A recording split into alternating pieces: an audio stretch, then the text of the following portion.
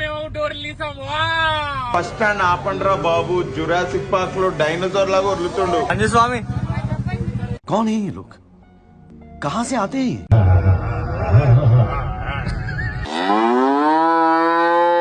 Sai attitude man.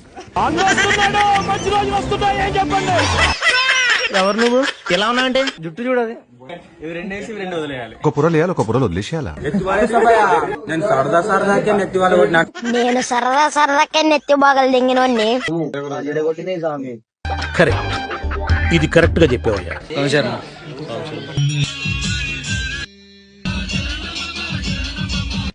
అమ్మా ఏం feel ఉండదు మామయ్య.